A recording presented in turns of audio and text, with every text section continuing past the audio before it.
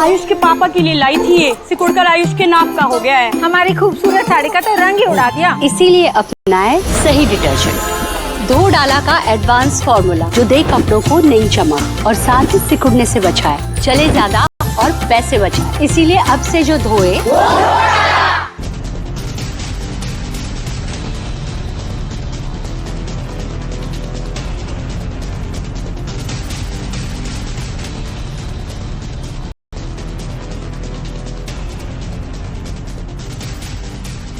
नमस्कार, times now नव भारत पर आपका बहुत बहुत स्वागत है। आपके साथ मैं हूं राकेश पांडे। शाम के 5 बजने वाले हैं। वक्त हो गया है देश के सबसे पसंदीदा डिबेट शो राष्ट्रवाद का। राष्ट्रवाद यानी देश से बढ़कर कुछ नहीं। और आज का सवाल यह कि क्या रिश्ता खानदानी, इसीलिए तेजस्वी राहुल पहुंचे खानका रहमानी।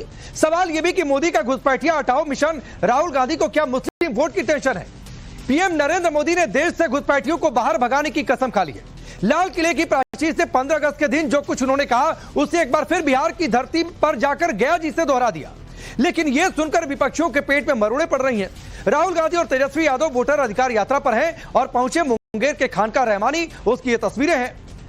मुस्लिम स्कॉलर और मौलवी से वहां पर मुलाकात हुई, खूब नारे भी लगे। खानका से राहुल गांधी के खानदानी रिश्ते की बात तक सामने आ गई, इसकी दुहाई भी दी गई। उधर असम में घुसपैठियों की पहचान के लिए बड़ा फैसला लिया गया है। बड़ा फैसला यह कि 18 साल से ज्यादा उम्र के लोगों को नया आधार कार्ड जारी नहीं होगा। तो सवाल यह कि क्या वोटर शुद्धिकरण के बाद घुसपैठियों के खिलाफ एक्शन से विपक्ष को वोट बैंक की टेंशन है, इसीलिए तुष्टीकरण के लिए कुछ भी करने को तैयार। करेंगे डिबेट, लेकिन पहले इस रिपोर्ट को देखिए।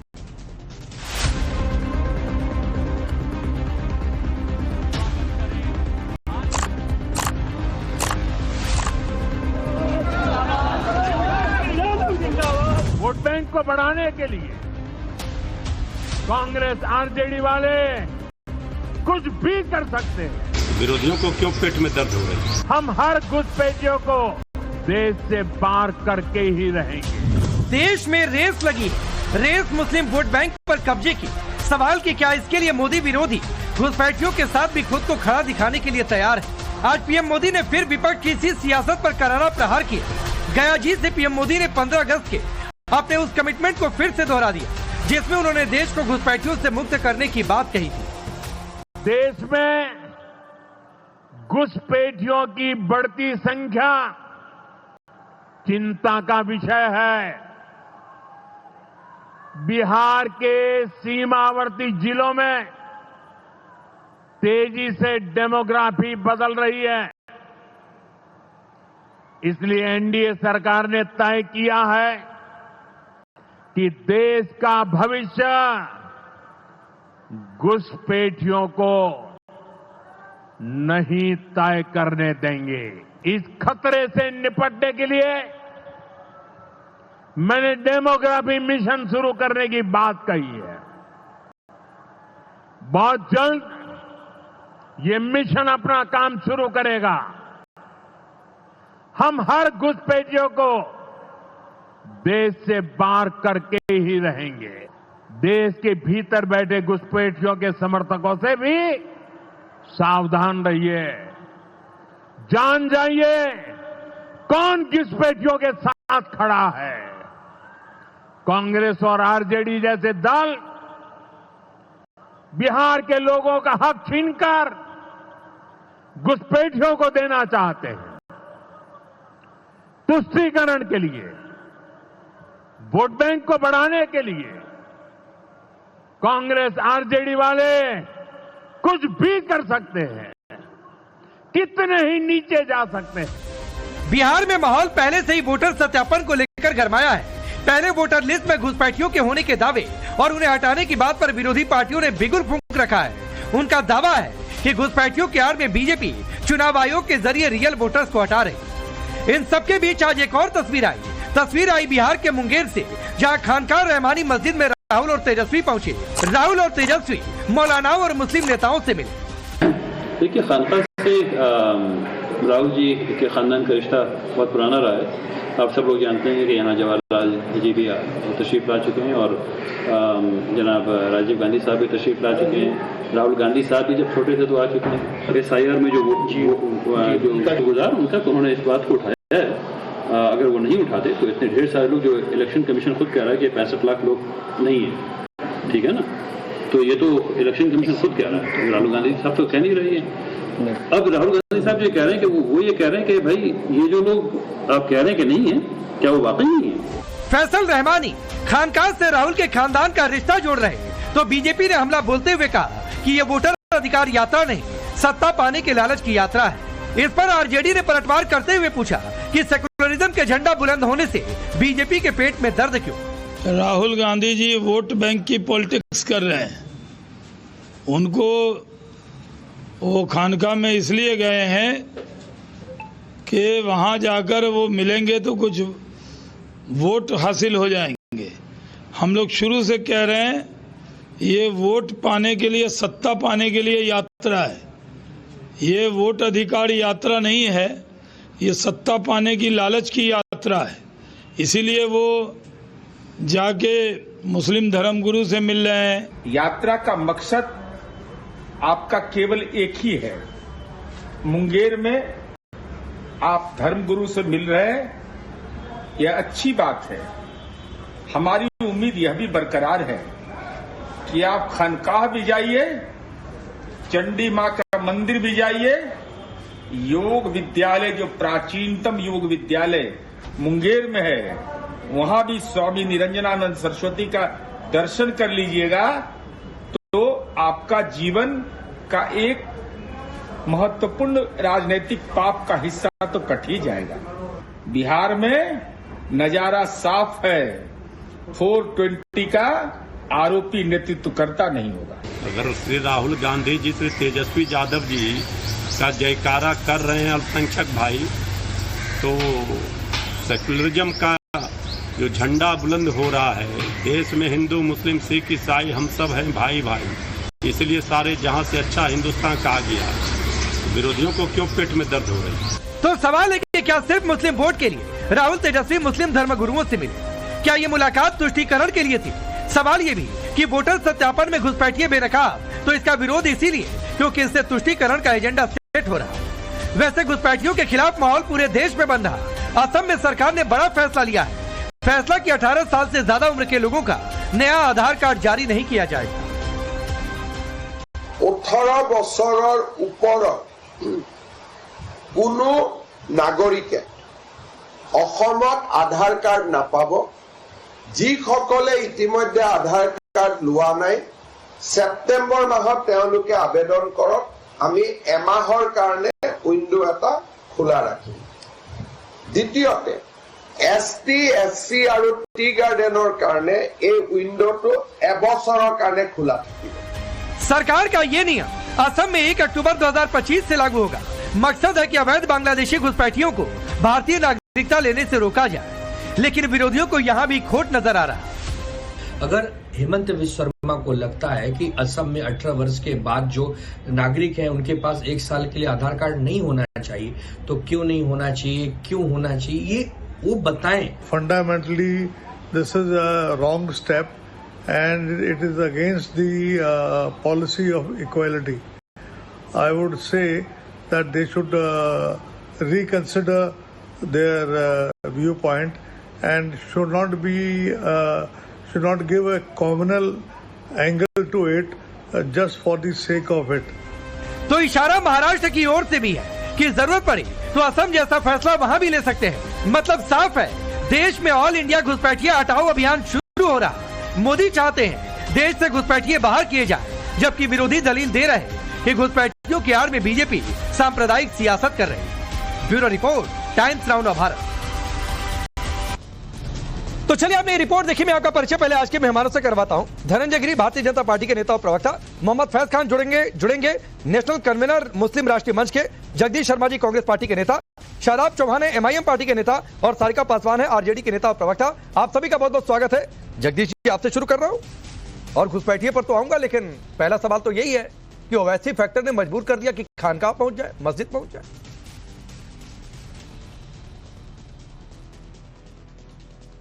राकेश पांडे जी, बात चर्चा घुसपैठे की हो रही है। जिस घुसपैठियों से प्रधानमंत्री बने उनकी वोट से आज वो घुसपैठे नजर आ गए हैं।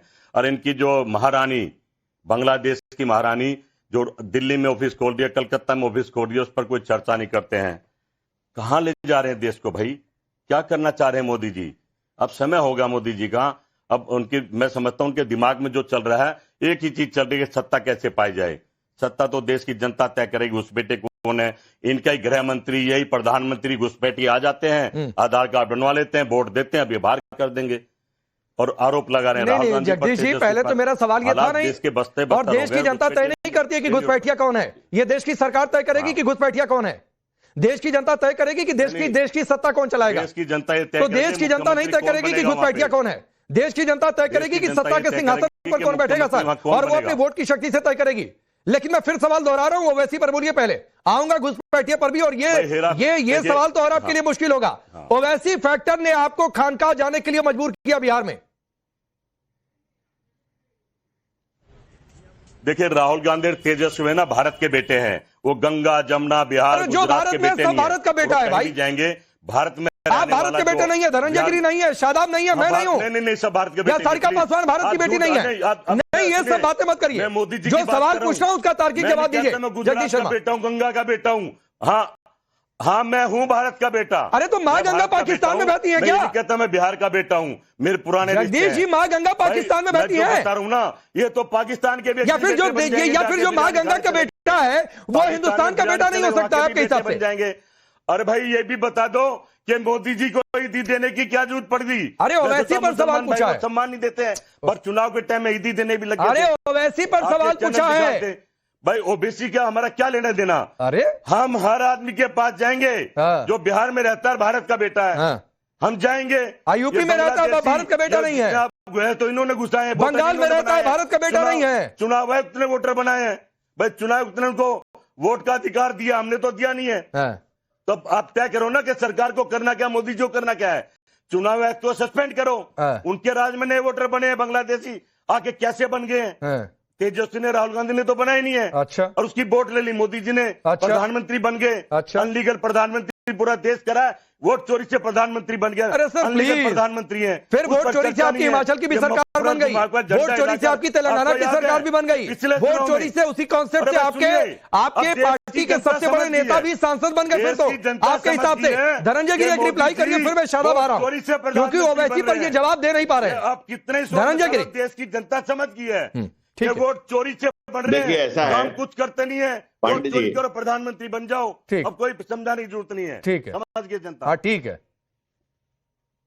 देखिए, ऐसा है कि नेशन की नैया के खवे नरेंद्र मोदी के नेतृत्व में आज नेशन जिस तरह से ऊंचाइयां पड़ रहा है, जनशक्ति नरेंद्र मोदी जी के पास और विशाल जीवन का पुख्ता अनुभव, व्यापक परिभ्रमण, विस्तृत जानकारी, आत्म समृद्ध व्यक्तित्व, सूक्ष्म जीवन चेतना, सुदूर प्रसार अंतर्दृष्टि, आत्महंता आस्था, अमोद आत्मविश्वास, सत्यनिष्ठा से जिस तरह से अपनी महान उद्देश्य लेकर के नेशन को आगे बढ़ा रहे हैं। हमारे विरोधी भाई साहब अभी कह रहे थे कि जनता जनता जनता के ही आशीर्वाद से सर झुकाना पड़ता है जनता के कदमों में।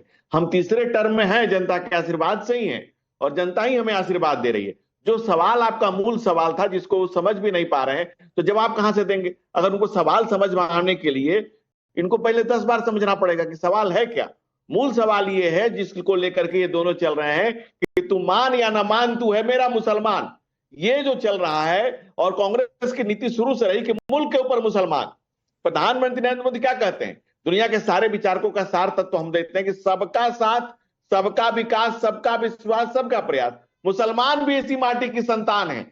हाँ, कभी किसी ने अपनी पूजा पद्धति बदल ली होगी, उससे हमारा कोई भी भेद नहीं है, लेकिन हम घुसपैठियों के खिलाफ हैं। और ये तुष्टीकरण की राजनीति, सहलाने की राजनीति, क्षुद्र राजनीतिक स्वार्थ की चेतना के कारण पहले भी देश का बंटवारा हो चुका है और उसके बाद 10 से 15 लाख लोग उसमें मारे गए हैं, का माहौल हुआ।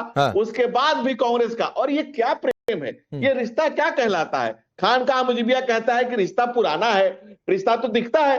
रिश्ता पंडित नेहरू गए बाबर की मजार पर, उसके बाद इंदिरा गांधी गई, राजीव गांधी गए, राहुल गांधी मनमोहन सिंह के साथ गए। नटवर सिंह तो अपनी किताब में यहां तक लिखते हैं one life is not enough में कि इंदिरा गांधी जैसे ही बाबर के मजार से मुड़ी तो मुझसे उन्होंने कहा कैसा लगता है जैसे सदियां सिमट के कुछ लम्हों में आ गई। तो ये क्या रिश्ता क्या कहलाता है? किस लिए मुल्क को ऊपर रखा है, मुल्क को ऊपर मुसलमान को रखा? ठीक है, मैं आता हूं। जगदीश जी बताइए, ये रिश्ता क्या कहलाता है? जो कह रहे हैं धनंजय गिरी, नेहरू जी पहुंच गए, राजीव जी पहुंच गए, अभी हाँ बोलिए। अभी अभी धनंजय भाई ने कहा कि सबका साथ सबका विकास। एक छोटी सी बात है, लंबी चौड़ी नहीं है। प्रधानमंत्री के घर के सामने रेस कोर्स जहां घोड़े दौड़ते हैं और प्रधानमंत्री की फोटो लगी हुई है और सारे अनलीगल काम हो रहे हैं। 50 करोड़ पर डे काला धन का वहां सामने मामला आ रहा है और प्रधानमंत्री जी आंख मीच के बैठे सबका साथ और सबके विकास की आपसे पूछ रहा हूं उनके घर के बाहर 1 मिनट पंडित क्या जी, चल रहा है? 1 मिनट। काला धन लाना था विदेश से। आपके समय में मैं बता रहा हूँ, मैं बता रहा वो लोक हूँ, कल्याण ये सबका साथ और सबका विकास नहीं, अपनों का विकास और अपनों का साथ चल रहा है भाई। 75 में फिल्म आई थी, उसका गाना सुनते हैं, घोड़ों पे करोड़ों का दाव देखो, ये आपने शुरू किया था, ये हमने शुरू नहीं किया था। हम लोगों ने तो बेटिंग पे रोक लगा दिया, उसके लिए बिल लाए उसके खिलाफ में।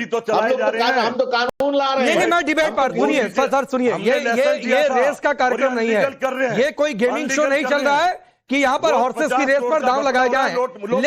लेकिन शादाब, प्रधानमंत्री प्लीज जगदीश जी, हो गया। शादाब, मैं 3 बार पूछकर थक गया कि क्या ओवैसी फैक्टर ने मुस्लिम रेस में जाने के लिए मजबूर कर दिया। खान का नहीं बोल पा रहे, जगदीश जी कह रहे हैं ये वहां का बेटा, ये वहां का बेटा, ये कहीं और का बेटा। मैं बता रहा हूं राकेश पांडे जी, 2025 के बिहार विधानसभा चुनाव में एमआईएम और बैरिस्टर ओवैसी साहब एक बड़ा फैक्टर हैं और हमारे कैंडिडेट जो हमने डिक्लेयर किया अभी तक, तौसीफ साहब और राणा रंजीत साहब, जो मेरे समाज यानी कि क्षत्रिय समाज से आते हैं। तो बिहार में एमआईएम किसी धर्म जाति के लिए का फैक्टर नहीं, बल्कि बिहार की सीमांचल और उसके लगे हुए जो रहे जिनके साथ न्याय नहीं हुआ, वो फैक्टर बिहार में ऑल इंडिया मजलिस इत्तेहादुल मुस्लिमीन है।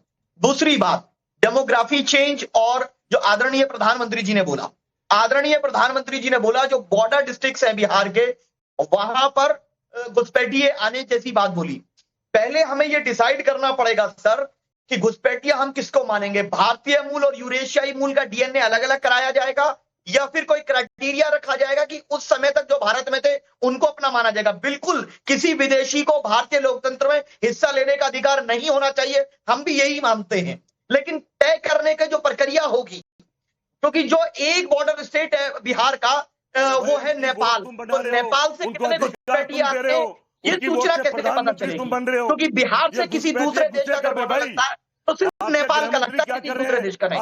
दूसरी चीज जो डीएनए के आधार पर करेंगे आप। तीसरी चीज ये है कि जो मूल मुद्दे हैं बिहार के, शिक्षा, स्वास्थ्य, रोजगार, आपने कहा था 10 लाख करोड़ देता हूं, उसको लेकर के आप क्या बात करने वाले हैं? तीसरी चीज ये कि आज मानव न्यायालय ने क्या कहा कि आधार को उसमें इंक्लूड करना चाहिए, आप ये बात कर रहे हैं। चौथी चीज राकेश भाई, लास्ट पॉइंट मेरा कंसर्न, आपके चैनल पे चल रहा था कि बहुसंख्यक और अल्पसंख्यक की बात चल रही थी। प्रधानमंत्री ने तो किसी का धर्म का नाम ही नहीं लिया, तो बहुसंख्यक और अल्पसंख्यक पे टच नहीं है, बहस है घुसपैठिया और भारतीयों पर। तो भारतीय होने का प्रमाण कौन देगा कि ये भारतीय है? सबका डीएनए टेस्ट कराया जाएगा? नहीं, प्लीज सुनिए शादाब।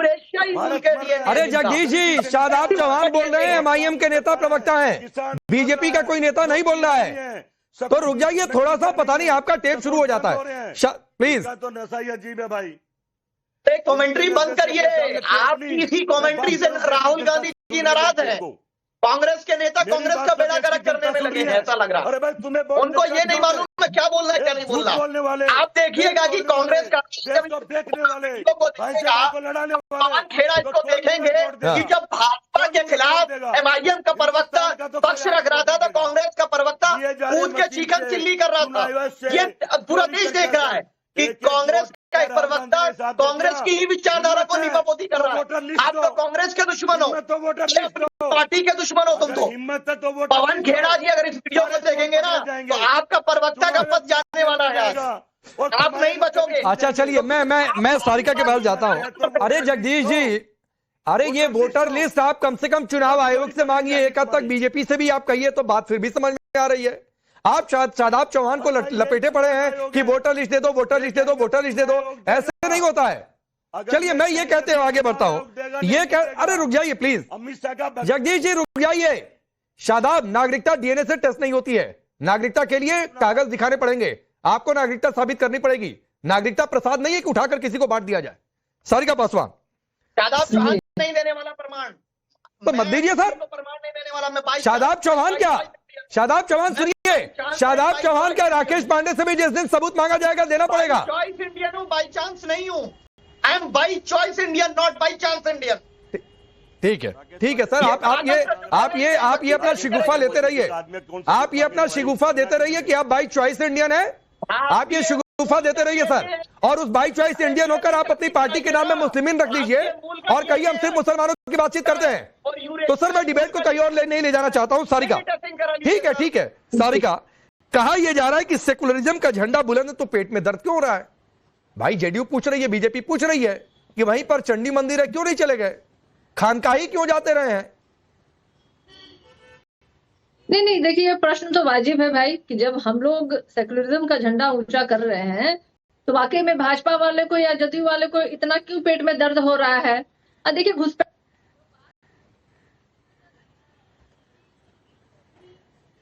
लोग आके अभी जिस तरीके से मोदी जी, जिनको कि बिहार के चौहद्दी के बारे में भी पता नहीं है, वो दावे कर रहे हैं कि बिहार में घुसपैठिया, अरे फिर इन्हीं घुसपैठियों के तो वोट के बल पे आज प्रधानमंत्री जी देश में बैठे हुए हैं।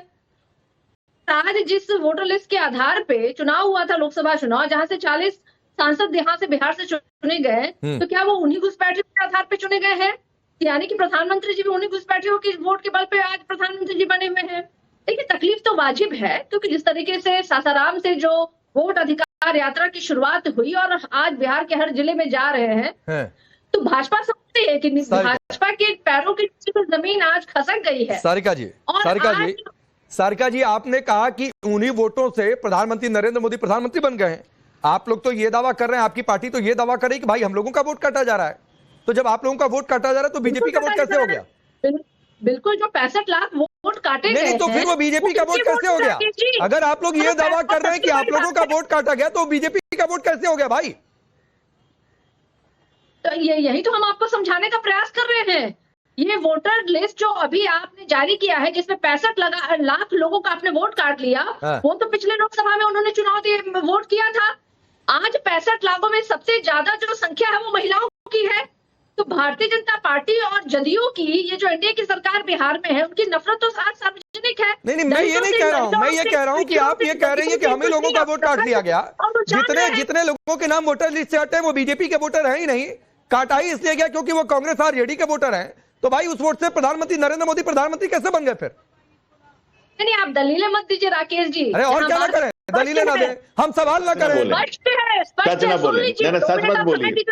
चाहती हूँ कि क्यों तकलीफ है हमें तकलीफ है कि जो गरीब दलित पिछड़े महिलाएं हैं उनके वोटों को ये काट करके उन्हें आने वाले विधानसभा लोकसभा चुनाव में गरीब दलित पिछड़े महिलाओं ने हमें वोट दिया था। गरीब दलित पिछड़े महिलाओं के वोट से ही हम बने हैं। आपका शुक्रिया करता हूँ कि आपने ये माना कि गरीब दलित पिछड़े वोट से ही हम बने हैं, क्योंकि आप ही ने कह रही है, दोनों बात आप ही कह रही है। लेकिन दलित और पिछड़े और महिलाओं के वोट जो एसआईआर के कह रही है, तो इसका मतलब गरीब दलित पिछड़े सारे लोग हमें ही वोट करते हैं। इस बात को आपने तस्दीक की, इस बात को आपने माना, इसके लिए मैं आपको धन्यवाद देता हूँ।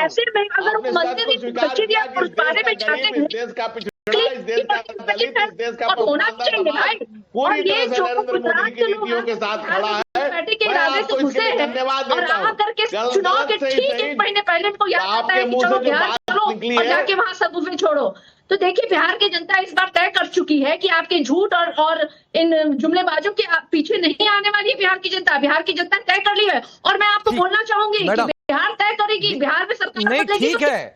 सुनिए सारिका जी, यही लाइन आप बना कर रखिएगा जब बिहार चुनाव के नतीजे आ जाएंगे। पिछले 20 सालों से भी बिहार की जनता तय कर रही है, 2024 में भी बिहार की जनता ने तय किया, इस बार भी बिहार की जनता क्या तय करेगी वो देख लेंगे। तो ये शिगुफा फिर चुनाव के बाद अगर आपके पक्ष में नतीजे आ गए तब तो ठीक है, चल गया जाओ। लेकिन अगर गलती से आपके पक्ष में नतीजे नहीं आए तो फिर ये शिगुफा मत दीजिएगा कि वोट चोरी हो गई, फिर ये मत कहिएगा कि बिहार की जनता का वोट चोरी हो गया, ये सब मत कहने आइएगा। फैज खान, ठीक है फैज खान, अरे रुक जाइए जगदीश जी, फिर आप कमेंट्री शुरू कर दिए भाई, फिर आप कमेंट्री शुरू कर दिए। भाई मैच फिक्स है यार, ये चुनाव का कोई मतलब नहीं है। हाँ नहीं तो ठीक है ना, तो हट जाइए फिर। मैं तो बता रहा हूँ, आप कह रहे हो तो हट जाइए ना चुनाव से। मुझे तो पता, मैं तो तेजस्वी यादव ने कहा तो था कि हम जो है वोट बहिष्कार पर भी बातचीत करेंगे, चुनाव बहिष्कार पर बातचीत करेंगे, कर दीजिए बहिष्कार। फिर या तो खेल खेलिए नहीं, या तो चुनाव लड़िए नहीं। ठीक है फैज खान, बात रुक जाइए। फिक्स हो गया है। हाँ ठीक है सर, ठीक है। हिमाचल में भी फिक्स था, हिमाचल में भी फिक्स था, तेलंगाना में भी फिक्स था। रिजल्ट के बाद भी दिन कहूंगा आप मुझे याद करेंगे। हाँ ठीक है, मैं तो सबको याद, तो बीजेपी ने कर दिया भाई, जनता का कर दिया। मैं तो सबको याद रखता हूँ। फैज खान, बातचीत हो रही है कि घुसपैठिए हट जाए, किसी को वोट बैंक दिख रहा है, कोई खानका जा रहा है, कोई कह रहा है भाई कि आधार कार्ड क्यों नहीं मिलेगा, आधार कार्ड तो मिलना चाहिए।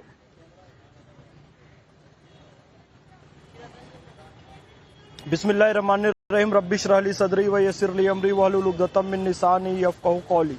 अस्सलाम वालेकुम रहमतुल्लाहि व बरकातहू। जय हिंद, भारत माता की जय। राकेश भाई, भारतीय संविधान का अनुच्छेद 326 से कहता है वोट का देने का अधिकार केवल उसी को है जो भारत का नागरिक है, यानी कोई बांग्लादेशी, कोई रोहिंग्या, कोई बर्मा, कोई पाकिस्तानी, कोई अफगानिस्तानी भारत देश की चुनाव प्रक्रिया में भाग नहीं ले सकता, ना चुनाव में खड़े हो सकता, ना वोट दे सकता। अब प्रधानमंत्री नरेंद्र मोदी जी पूरी तरीके से संवैधानिक बात कह रहे हैं कि इनमें से कोई भी व्यक्ति इसमें नहीं रहना चाहिए और इसको चुन चुन कर हटाया जाएगा और इस पर कार्रवाई भी की जाएगी और पहले भी लोगों को भेजा गया है। लेकिन तुष्टीकरण की राजनीति के तहत आप जानते हैं और वोट बैंक की राजनीति के तहत ममता बनर्जी किस तरीके से बंगाल में रोहिंग्याओं को बसा रही है, बांग्लादेशियों बसते बसते बिहार तक आ रहे हैं, तो ये देश के प्रधान होने के नाते उनका कर्तव्य। अब जिन लोगों ने रोहिंग्या बांग्लादेशियों को, घुसपैठियों को अपना वोट बैंक बना के रखा है, उन्हें राशन कार्ड देकर रखा हुआ है, उन्हें आधार कार्ड देकर रखा है, तो उन्हें तकलीफ हो रही है कि इनके वोट बैंक को काटा जा रहा है। यार, भारत के नागरिकों पे आप अपनी पैंठ बनाओ, पहुंच बनाओ, डेमोग्राफी चेंज करने का प्रयास ना करो। ये घुसपैठी आएंगे, देखो डेमोग्राफी चेंज हुई, भारत का एक हिस्सा पाकिस्तान बन गया, एक हिस्सा बांग्लादेश बन गया। कश्मीर में क्या दशा हुई, हिंदू खाली हो गए। केरल में क्या दशा हुई, आप ये देख सकते हैं। ये डेमोग्राफी यदि बिहार में चेंज होगी, झारखंड में चेंज होगी, तो फिर यही दशा होने वाली है। इसलिए प्रधानमंत्री नरेंद्र मोदी जी बिल्कुल ठीक कह रहे हैं और मैं कह रहा हूं आप वोट बैंक बनाइए, वोट बैंक की राजनीति कीजिए, लेकिन भारतीयों के बीच कीजिए। आपको बांग्लादेशियों से, रोहिंग्याओं से, पाकिस्तानियों से वोट चाहिए, शर्म की बात है। भारत पे खा रहे हैं। अच्छा, एक चीज मैं करता हूं, भारत जगदीश जी प्लीज सर आपका नाम मुंह से बोलिए। बहुत सारे लोग सारिका पासवान को देखिए, शादाब को देखिए, सभी लोग अपनी बारी का फिर से इंतजार कर रहे हैं। ये बार बार नहीं, रेडियो कमेंट्री नहीं अच्छा लगता है, नहीं अच्छा लगता है कि मैं कहूं कि कमेंट्री मत करिए, कमेंट्री का शो नहीं है, तो रुक जाइए एक मिनट। शादाब, प्रधानमंत्री ने 15 अगस्त को भी कहा था कि हाई पावर डेमोग्राफी मिशन हम शुरू करेंगे ताकि डेमोग्राफी चेंज ना हो। अब फिर से उन्होंने कहा है बिहार से, और बहुत सारे लोग कह रहे हैं कि यह मिशन कैसा होगा, क्या यह कुछ एनआरसी जैसा होगा। सोशल मीडिया पर लेकर इसको बहुत चर्चा है, हालांकि सरकार अभी क्लियर नहीं है कि क्या होगा या पूरे देश में एसआईआर होगा, लेकिन इससे दिक्कत क्या है, मैं ये पूछ रहा हूं।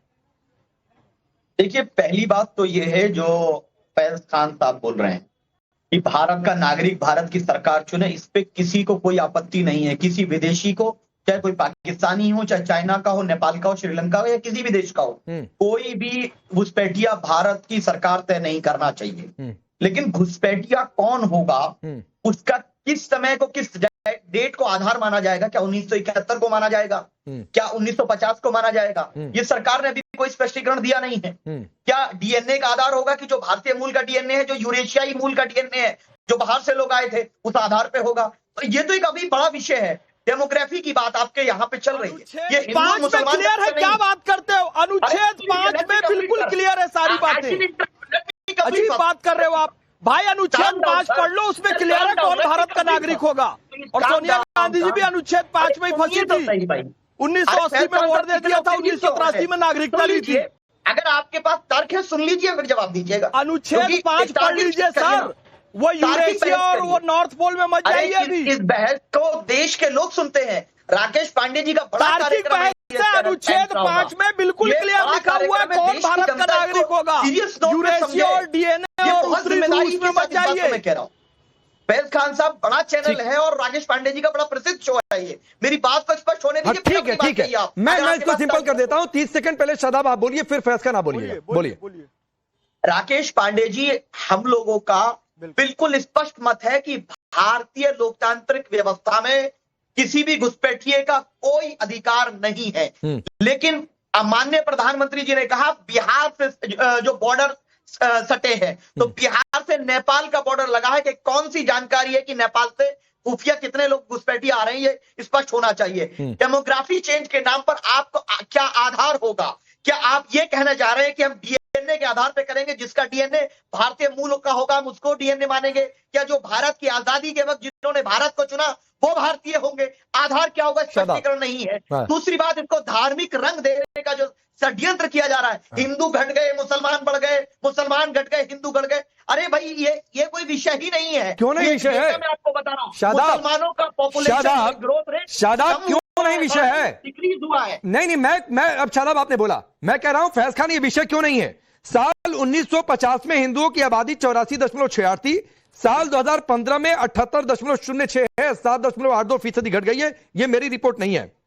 मुसलमानों की आबादी 43% बढ़ी है और यहां के मुसलमानों की आबादी बढ़े उससे कोई दिक्कत नहीं है, लेकिन इस पर कई सारी जानकारियां हैं कि भाई असम में जिस तरीके से फैसला लिया गया है कि नया आधार कार्ड जारी नहीं करेंगे 18 साल के लोगों के ऊपर जो है, इसी तरीके से अलग अलग जगहों पर यह चिंता है कि घुसपैठियों की आबादी बढ़ेगी उससे दिक्कत है, और घुसपैठियों की आबादी बढ़ने से अगर डेमोग्राफी बदल रही तो उससे दिक्कत है। फैज खान। राकेश भाई आप मुझे ये बता दीजिए कि फिर सीड वाले के जरिए हिंदुस्तान मैं यही कह रहा हूँ, सुनिए क्या चीज, भारत का नागरिक कौन होगा? शादाब भाई अब मेरी बात सुन लो प्लीज यार, शादाब भाई मेरी बात सुन लो।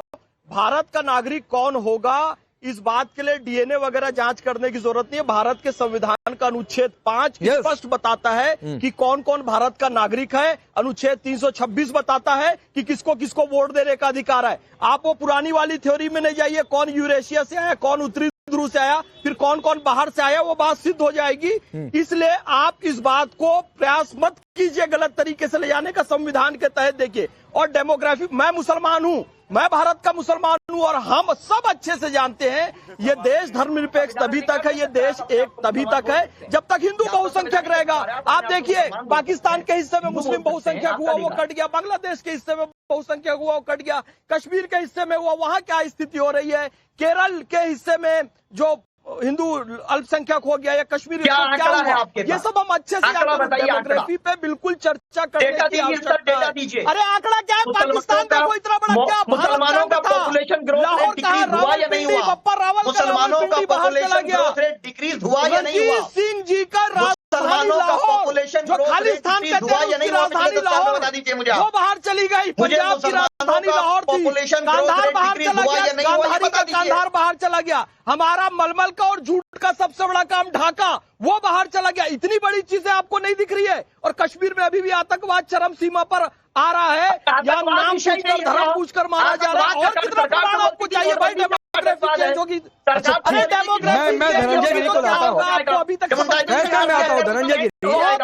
इतने साल बाद भी अब जबकि हमने 79वां स्वतंत्रता दिवस मना लिया, नागरिक कौन होंगे इसका बाकायदा उल्लेख है, अभी भी शादाब चौहान को एक्सप्लेनेशन चाहिए कि भारत का नागरिक कौन होगा, यह तय कर लिया जाए।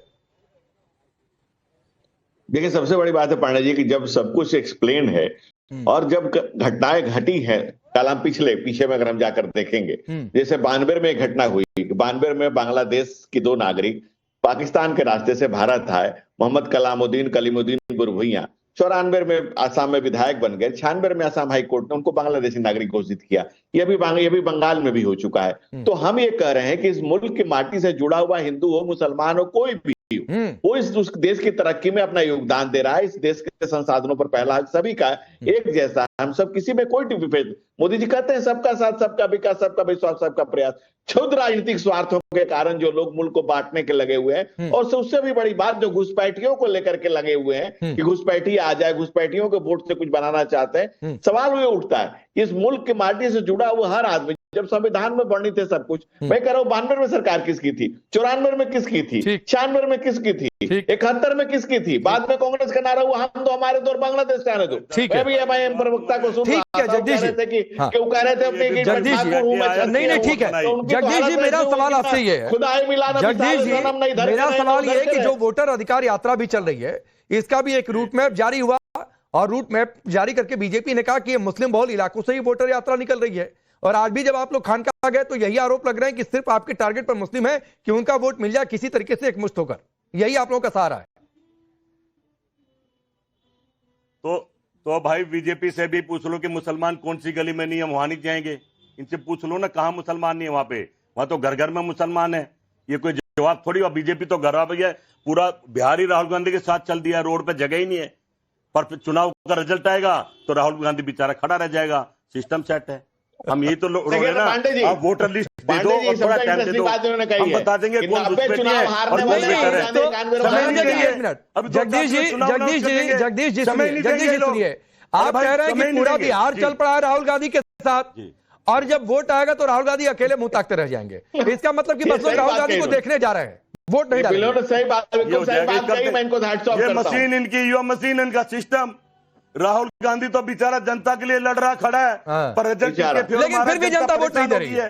अरे भाई वोटर लिस्ट दे दो ना, 1 महीने में बता देंगे, 1 हफ्ते में बता देंगे। वोटर लिस्ट तो मिली है भाई, कैसे पढ़ लिया, कैसे आ रही है वोटर लिस्ट तो मिली है। मांग रहे कुछ नहीं मांग रहे, नियम के हिसाब से जो मिलना चाहिए वो मिला है, और जो नहीं मिला है चले जाइए कोर्ट में, कहिए कि दिलवाओ भाई हमको, हम बता देंगे। नियम के मुताबिक, संविधान के मुताबिक उचित होगा तो कोर्ट दिलवा देगा। भाई समस्या यही है, वोटर लिस्ट नहीं मिल रही है। नहीं दे रहे ये लोग, नहीं दे रहे, इनकी चोरी पकड़ी जाएगी। जितनी ये वोटर लिस्ट दे देंगे उतनी हरियाणा की सरकार गिर जाएगी, दिल्ली की सरकार गिर जाएगी, मध्य प्रदेश की सरकार गिर जाएगी, महाराष्ट्र की सरकार गिर जाएगी। आप दो तो सही नहीं चलेगा, आप दो तो सही भाई, दो तो सही, लोकतंत्र को मारो तो मत करने का दम रखिए। ऐसा क्या कर दिया सरकार? नहीं, एक मिनट जगदीश जी प्लीज, फिर कमेंट्री नहीं आपके पास आया ना। आपके हिसाब से बाकी जगहों की सरकार गिर जाएगी, हिमाचल और तेलंगाना की बस बची रहेगी बता रहा हूँ, वोटर लिस्ट मिलने के बाद। बाकी सब जगह की गिर जाएगी, हिमाचल तेलंगाना बची रहेगी। जहां जहां आपकी सरकार है, कर्नाटका की है, बची रहेगी। रुक जाइए धनंजय गिरी, ये पहले ही कह रहे हैं कि भाई लोग सिर्फ राहुल गांधी को देखने आ रहे हैं, वोट नहीं डालेंगे। वोटर लिस्ट दिला दो, ये नहीं देंगे। देखिए अगर वोटर लिस्ट दे दो, ये नहीं देंगे। प्लीज 10 सेकंड में अपनी बात रखिए धनंजय जी, नहीं समय, प्लीज जगदीश जी बोलिए। राकेश जी, भीड़ और वोट के अंतर को अगर कांग्रेस समझ पाती तो कांग्रेस का भविष्य इस तरह से नहीं होता कि 90 चुनाव राहुल गांधी के नेतृत्व में कांग्रेस पार्टी हार नहीं जाती, और 91वां की तैयारी है। आप बताएं, भारत ने दुनिया के लोकतंत्र में अगर 90 चुनाव हारने के बाद क्या किसी को जगह मिलेगी?